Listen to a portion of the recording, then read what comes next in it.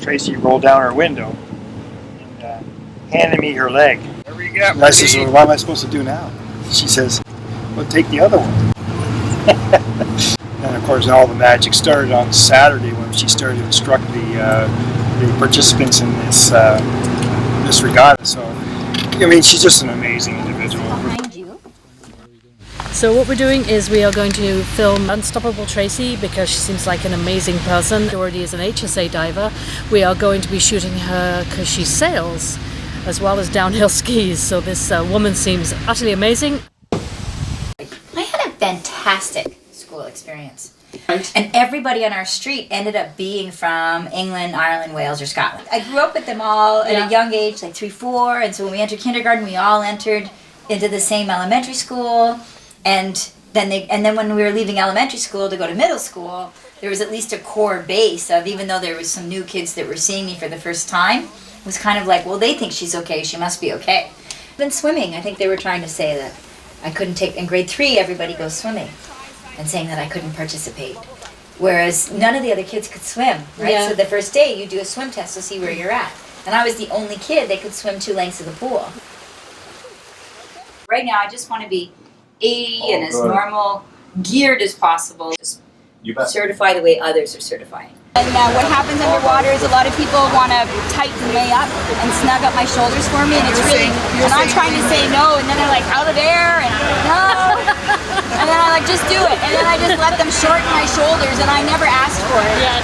And so my mistake is that I don't let people know in advance that I like my shoulders long. Okay, that's great. And I can do it, and it doesn't look like I can shorten them, and it looks like I'm struggling, but I get there, and I'll get better at it if I'm allowed to do it.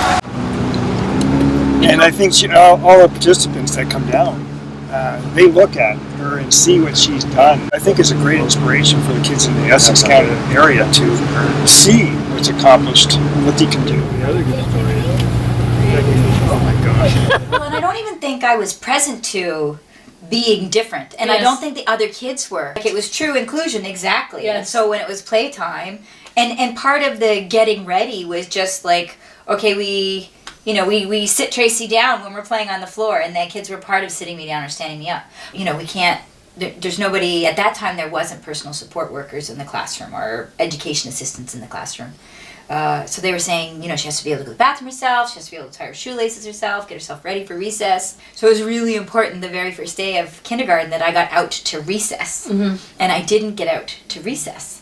And my mom's like, what happened? Yes. And so she finally gets the answer from the teacher and said, well, one of the kids needed help with their shoelace. And so Tracy helped them with their shoelace.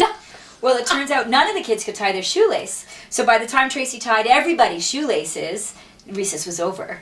Okay, that sounds like it's gonna work. And I'm not scared, and if I'm going down, it's just give me an extra, as long as I'm not putting anybody else at risk or using up other people's oxygen time, if they're heavy oxygen folk, or there's a drift dive or something that's relevant that way, is just give me an extra second, and I get it back. So I get it back, right? Like you might fin it and you're faster than me, but I generally get it back. And I think I'll be better and faster at it with more practice. Sure. And well, even the best intended people in the world see me doing my thing, and they believe I'm struggling, but it's just what I'm doing.